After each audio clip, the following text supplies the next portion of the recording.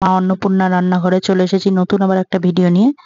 আজকে দেখো মোরলা মাছ করব, একদম গঙ্গার মোরলাটা দেখতে পাচ্ছ টাটকা। এখানে মোরলা মাছ নিয়ে নিয়েছি, সঙ্গে পাতলা পাতলা করে আলু আর মূলো কেটে নিয়েছি, টমেটো দিয়ে দিচ্ছি, টমেটোটাও কেটে নিয়েছি, আদা বাটা, লঙ্কা বাটা,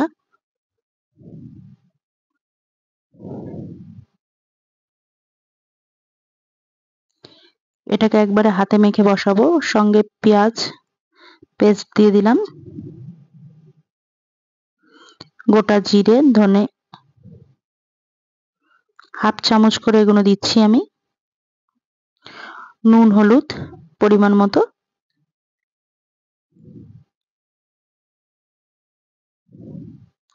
এবার দিয়ে দিলাম সর্ষের তেল, সেটাও পরিমাণ মতো।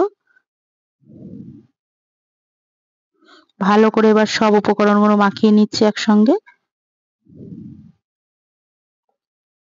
এখানে 250 মাছ নিয়েছি,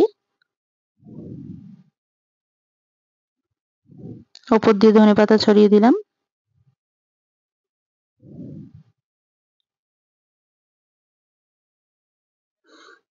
দিয়ে দিলাম কালো জিরে,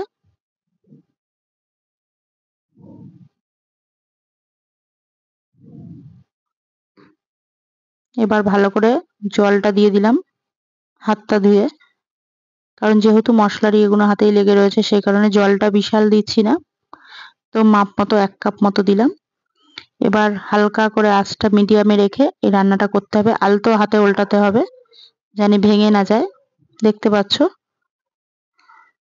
মোরলা মাছ চচ্চড়ি হাতে মাখা একদম কমপ্লিট হয়ে এসছে, নামিয়ে নেব।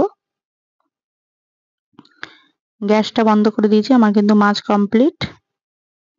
মোরলা মাছের চচ্চড়ি